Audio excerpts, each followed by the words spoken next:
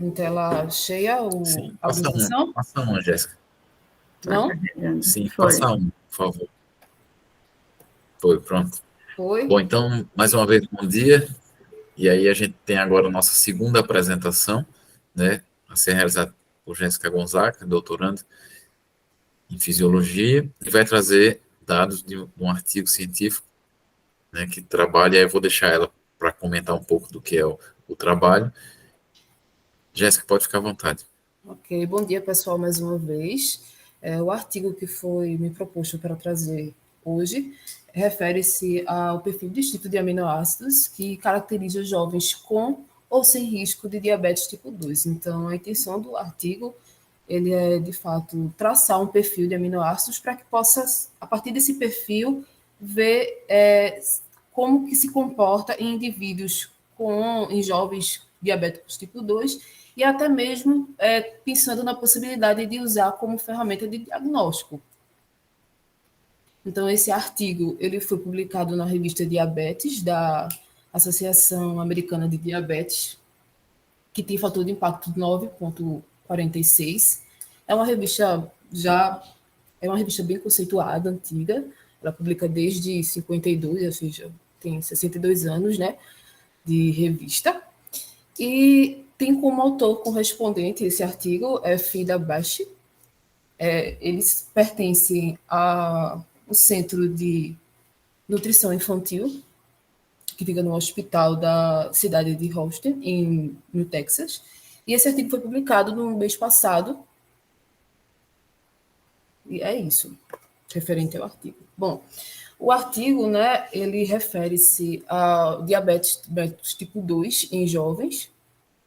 E a gente sabe que a diabetes tipo 2 ela é correspondente a cerca de 90 a 95% dos casos de diabetes, que ela é inicialmente caracterizada por uma diminuição da sensibilidade dos tecidos alvos ao efeito metabólico da insulina, que a gente denomina como resistência à insulina. E ele aborda que ele tem um curso mais agressivo na população de adolescente, na população jovem, caracterizando com um maior aumento da resistência à insulina, assim como uma rápida deterioração da função das células betas. Bom, a gente sabe que o principal responsável pela secreção da insulina é a glicose, então eu trouxe um pouco dessa imagem para a gente relembrar o mecanismo de secreção de insulina, onde o aumento da insulina nas células betas desencadeia o influxo de glicose a partir do GLUT2, do transportador GLUT2. Uma vez dentro da célula, a glicose ela é fosforilada pela glucoquinase. Em seguida, ela sofre oxidação. Ela é fosforilada pela glucoquinase, transformando em glicose 6-fosfato, que sofre oxidação, gerando ATP. Esse aumento de ATP ele desencadeia a dessensibilização dos canais de potássio sensíveis a ATP, que vai estar desencadeando despolarização das membranas celulares, fazendo com que ocorra um influxo de cálcio a partir dos canais de cálcio. Esse influxo de cálcio vai estar influenciando na abertura dessas vesículas contendo insulina.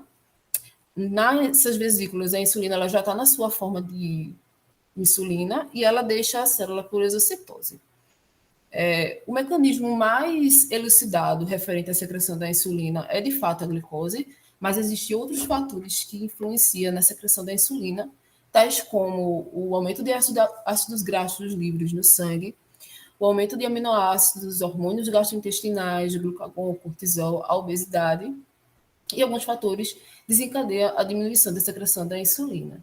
Com base nisso, né, tendo em vista que o aumento de aminoácidos desencadeia a secreção de insulina, o artigo ele traz a comparação com outros artigos, onde é abordado que níveis elevados de BCAA, ou seja, aminoácidos de cadeia ramificada, como a leucina, isoleucina, valina, e aminoácidos aromáticos, como a fenilalanina, tirosina, eles foram associados a um risco até de 5 vezes maior de desenvolver diabetes mellitus tipo 2. Outros artigos também demonstraram que o BCAA em jejum ele estava positivamente relacionado à sensibilidade à insulina, todavia ele não causava prejuízo às células betas.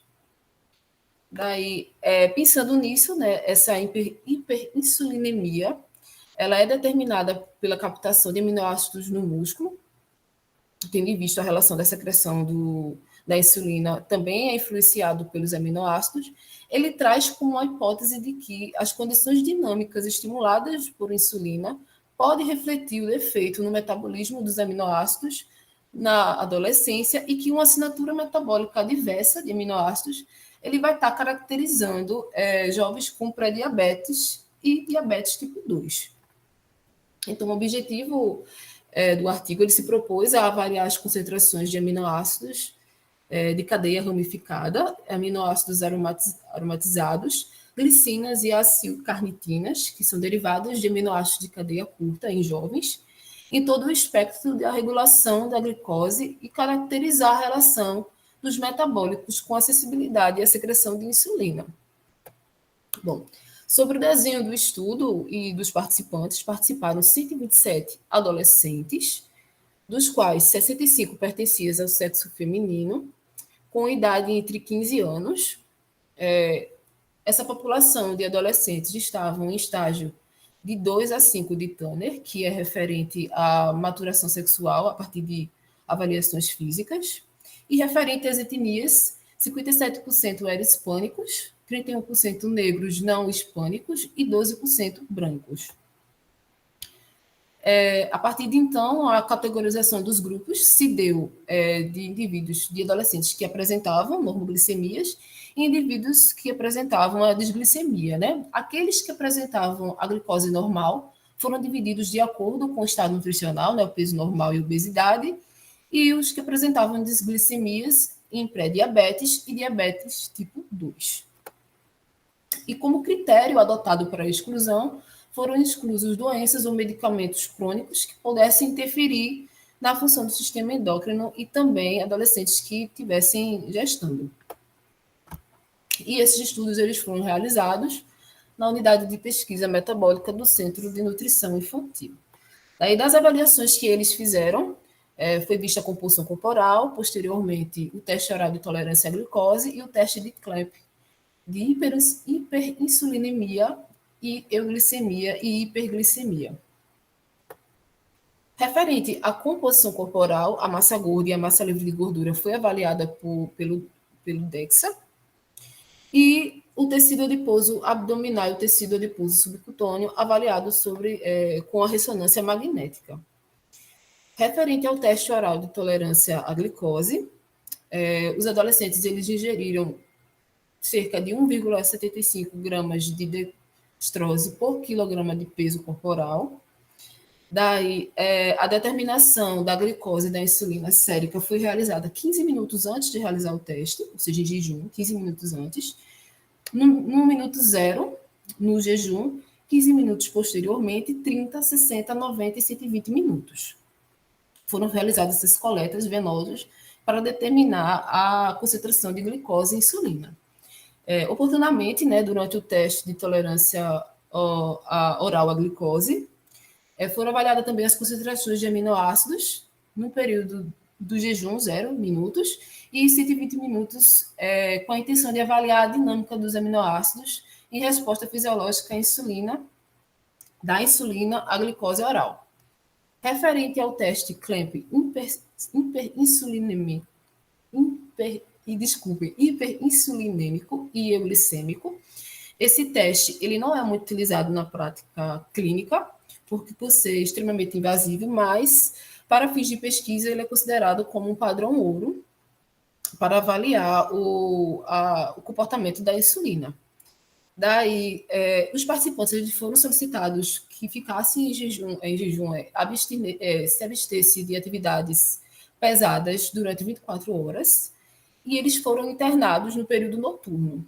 No outro dia, eles ficaram ainda internados no hospital e foi administrado dieta padrão de manutenção de peso, com a distribuição de 55% de carboidrato, 30% de proteína e 15% de gordura. Daí, passando o dia, durante a noite, foi então realizado o teste Clamp, né? Esse teste teve duração de 3 horas. Esse teste, ele geralmente é realizado em torno de 2 a 4 horas, até que seja obtido a fase do estado estacionário, ou seja, quando existe um equilíbrio da infusão de glicose e da captação muscular de glicose. Daí, o jejum que eles precisaram passar foi de 10 a 12, jejum noturno, desculpe, na verdade, o teste foi feito no outro dia de manhã, após o jejum de 10 a 12 horas, para avaliar a acessibilidade e a depuração da insulina em vivo. Então, também foi avaliada a produção basal de glicose hepática a partir do uso de glicose deuterada, 120 minutos antes de iniciar o teste, e também foram avaliadas as concentrações de aminoácidos e acetilcarnitinas, e elas foram medidas tanto no período do jejum quanto no estado estacionário. As medições bioquímicas foram realizadas para a glicose plasmática, o analisador de glicose e insulina por imunoensaios de eletroquimioluminescência. O perfil metabólico de aminoácidos e acilcarnitinas foram avaliados por cromatografia líquida e espectrometria de massa. Bom, referente à análise estatística do artigo, foram analisadas a partir da ANOVA, seguida de correção pós-hoc de Benferroni, ou o teste de Kruskal-Wallis para variáveis não paramétricas. Eles foram adotados por existirem 4 grupos, por comparações múltiplas. As variáveis categóricas, elas foram comparadas pelo teste Q-quadrado, e a ANCOVA foi usada para ajustar as diferenças de grupo na raça e etnia e com variáveis de interesse, como sexo e estágio de Tanner. As relações bivariadas, elas foram examinadas usando o Pearson e correlação de Spearman, e as relações dos aminoácidos com acessibilidade à insulina e à função das células betas foi posteriormente avaliada por modelos de regressão linear, controlando as covariáveis de sexo, raça e etnia e estágio de Tanner. As análises elas foram realizadas pelo programa SPSS na versão 28. Os dados foram apresentados em média, desvio padrão e também como porcentagem. O valor de P bicaudal considerado inferior ou igual a 0,05 foi considerado estatisticamente significativo. Na verdade, ele expressou isso aqui, mas nas imagens deles, nem todas as análises ela teve como valor de P 0,025. Esse valor foi adotado apenas para as de correlação. Bom, trazendo referente aos resultados, essa tabela ela traz características físicas e metabólicas dos adolescentes avaliados, dividido pelos grupos, Aqui a gente tem os indivíduos de peso normal com glicemia normal, aqui os obesos com glicemia normal e os outros 2 grupos, pré-diabetes e de diabetes tipo 2. É visto que tanto a idade quanto os estágios de Tanner não tiveram diferenças significativas, mas é possível ver que existe uma discrepância da relação do sexo masculino e o feminino, que posteriormente ele falou que precisou realizar uma correção em função dessa discrepância da distribuição. A gente também consegue ver que o IMC foi um dos mais elevados na população nos 3 grupos, de excesso de obesidade, de pré-diabetes e diabetes tipo 2.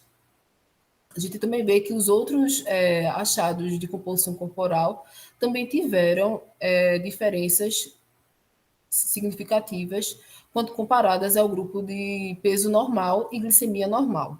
Peso e glicemia normal. Aqui a gente tem a circunferência de cintura, a massa gorda, a massa livre de gordura, percentual de gordura corporal.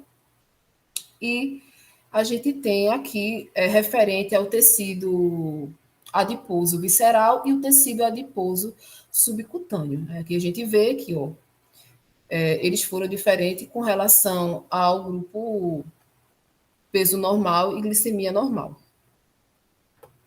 Dando continuidade à tabela, trazendo sobre as características metabólicas, foram avaliadas a hemoglobina glicada, os adiponectinas, a produção hepática de glicose. Foram também avaliadas a sensibilidade hepática à insulina e a sensibilidade periférica à insulina. Também foi avaliado o índice de depuração do metabolismo de insulina e a insulina de primeira fase e o índice de disposição da insulina. Daí, em todas essas características metabólicas, foi possível observar que existiam diferenças nos 3 grupos, né? No grupo obesidade, pré-diabéticos e diabéticos tipo 2, quando comparado ao grupo de peso e glicemia normal. Também tinha comparações entre os grupos, como, por exemplo, aqui para a hemoglobina glicada. A gente observa que o diabetes tipo 2 também teve diferença quando comparado ao grupo de obesidade e também apresentou diferença quando comparado ao grupo pré-diabetes. Trazendo, né, que aqui o foco principal do artigo é sobre a acessibilidade periférica e hepática à insulina. Observa-se que tanto o grupo obesidade, o grupo pré-diabetes e o grupo diabetes apresentam diferenças quando comparado ao grupo de peso normal em ambos, mas no grupo de sensibilidade hepática à insulina também foi observado quando comparado ao grupo obesidade.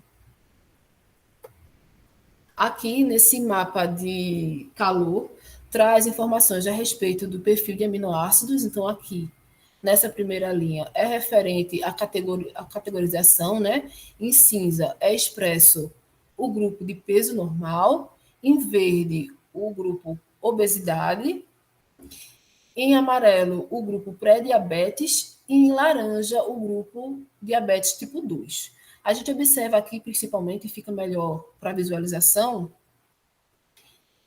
onde tem um maior indicativo de indivíduos com pré-diabetes e diabetes. A gente observa que houve uma maior intensidade referente ao perfil de aminoácidos da população de indivíduos pré-diabéticos e diabéticos. A gente vê que cada linha dessa é referente a um aminoácido sobre um determinado teste. Por exemplo, nessa primeira linha aqui, é referente à metionina sobre o estado estacionário. Lembrando que aquele estado estacionário que eu havia falado é quando consegue se atingir o equilíbrio entre a infusão de glicose que está sendo administrada e a captação de insulina e a captação de glicose pelo músculo. Aí aqui a gente tem o teste do teste CLEP no período estacionário. A gente aqui também vai ter no período do teste oral de tolerância à glicose, no período de 2 horas e na fase em jejum. E aqui a gente também vai ter referente ao teste no período em jejum do teste CLEP também. Aqui para cada aminoácido é visto aqui a intensidade que foi apresentada a partir da escala de intensidade, onde vermelho apresentou a maior intensidade de aminoácidos e em azul ou cinza, onde tem uma menor escala de intensidade de aminoácidos. E essa aqui é referente ao sexo dos indivíduos. Referente à concentração de aminoácidos em jovens com diabetes tipo 2 e pré-diabetes, essa figura ela traz sobre o perfil de aminoácidos no período em jejum pós-absortivo e no período do estágio estacionário do CLEMP. Daqui, o que a gente consegue observar? Que no período de jejum absortivo, os aminoácidos, a alanina, a gente consegue observar que as concentrações de alaninas elas foram maiores quando comparado ao grupo de peso normal. A gente também observa que a glicina ela foi menor no período pós-absortivo, assim também como no período do estágio estacionário do teste CLAMP, quando comparado ao grupo peso normal em ambos os testes, em ambos os períodos, né, no período de jejum pós-absortivo e no período do estágio estacionário. A gente observa que obtivemos níveis, concentrações de aminoácidos de glicina mais baixos, tanto nessas duas fases. A gente também consegue observar que a lisina foi maior no período de jejum, mas não foi observado também a lisina no período estacionário. Outro achado desse teste foi que os níveis de triptocina e tirosinas, elas também foram elevados. O mesmo foi observado apenas para a tirosina no período estacionário. Essa segunda tabela, ela traz a mesma perspectiva, sendo que fazendo correlação dos níveis de aminoácidos no período de jejum e no período de estado estacionário, sobre as avaliações de IMC, circunferência da cintura, percentual de gordura corporal, tecido adiposo visceral, tecido adiposo subcutâneo, adiponectinas, da acessibilidade hepática à insulina, da acessibilidade periférica à insulina, e no índice de esqueci o nome. Não é disposição. O índice de depuração da insulina. Depuração? É depuração. Isso, obrigado. De depuração da insulina. Então, aqui a gente observa a glicina referente às composições corporal apresentou uma correlação negativa. Referente à glutamina, não foram observados valores significativos de correlação, apenas para percentual de gordura, uma correlação negativa. O oposto foi observado, a gente vai discutir posteriormente, é melhor primeiro falar da composição corporal. Para o glutamato, a gente viu que existe uma correlação positiva, tanto no período de jejum quanto no período estacionário. E da proporção glutamina e glutamato, a gente observou que existe uma correlação negativa, exceto uma correlação negativa referente à composição corporal. A valina, que é a valina, a leucina e a valina, a leucina e a isoleucina, que são aminoácidos de cadeia ramificadas, apresentaram correlações positivas com o percentual, com a composição corporal.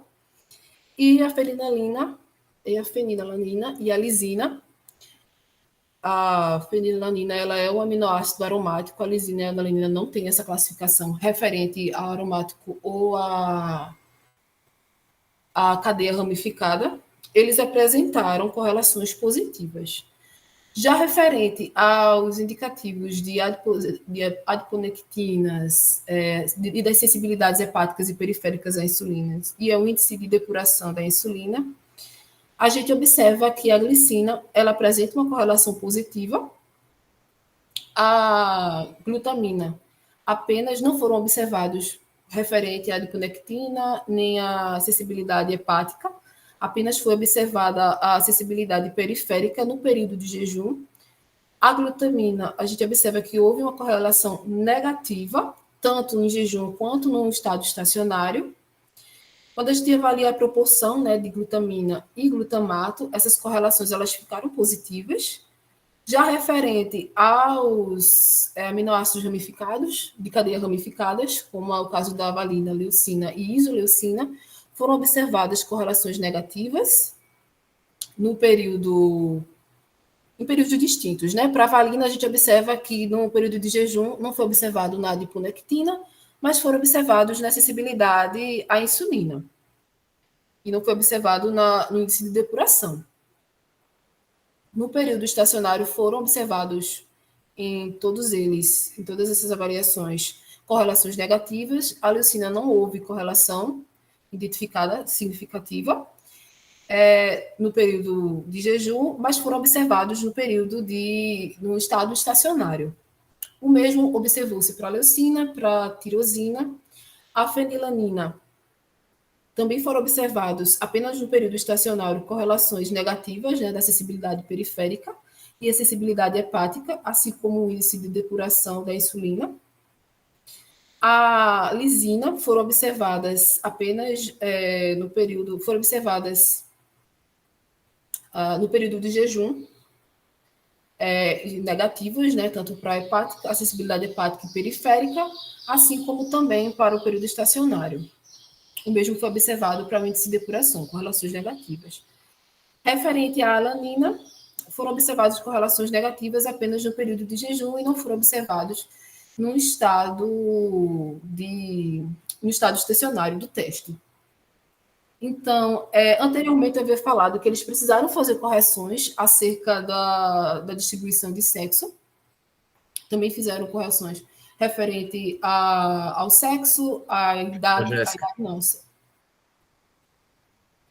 Jéssica, Sim, estou ouvindo. me escuta? Ô, Sim, Jéssica, eu acho que essas informações são bem importantes, essa parte aí, e aí eu te proponho para a gente parar nesse slide, e aí na próxima semana a gente retoma na tabela anterior também um pouco, porque eu acho que ali também tem muita sim, informação né? importante, interessante, com relação à correlação negativa e positiva, e o que representa cada uma delas. Não deu Isso, negativa com relação a tal, então quer dizer que quanto menor foi a concentração de adiponectina no basal, no jejum, identificar certinho, houve uma maior concentração do aminoácido. E aí, se puder, trazer para a gente continuar, né? Uma ilustração, e aí tu pode pegar de alguma outra parte, uma ilustração sobre os aminoácidos, os diferentes tipos de aminoácidos, que para isso, eu vocês da coloquei no nutrição talvez final seja da bem, discussão. bem, bem tranquilo, mas aí tu traz um pouco para a gente visualizar, como uma introdução pequena aí, de cadeia ramificada, os que são essenciais, os não essenciais, só para a gente ter uma Uhum. ideia, e aí os colegas também de enfermagem, de outros cursos, como o meu caso também, a gente conseguir visualizar. E aí a gente continua na semana que vem. O que é que você acha? Ótimo, professor, Que ótimo. até aí já. Eu trouxe referente aos aminoácidos porque eu sei que fica um pouco confuso, né? Aquele aminoácido de que cadeia ele pertence, se ele é curto, se ele é longo. Aí eu trouxe já no final os resultados, porque eu faço um apanhado geral do comportamento dos aminoácidos, mas isso a gente deixa para a próxima, de fato, porque daí poderia ficar muito segmentado. Aí na próxima, tu traz nessa tabela novamente com as correlações, e aí faz só uma ilustração inicial desses aminoácidos, só para a gente visualizar, tá Uhum, certo? tá certo. E aí a gente faz em duas partes, a apresentação. Acho que fica legal.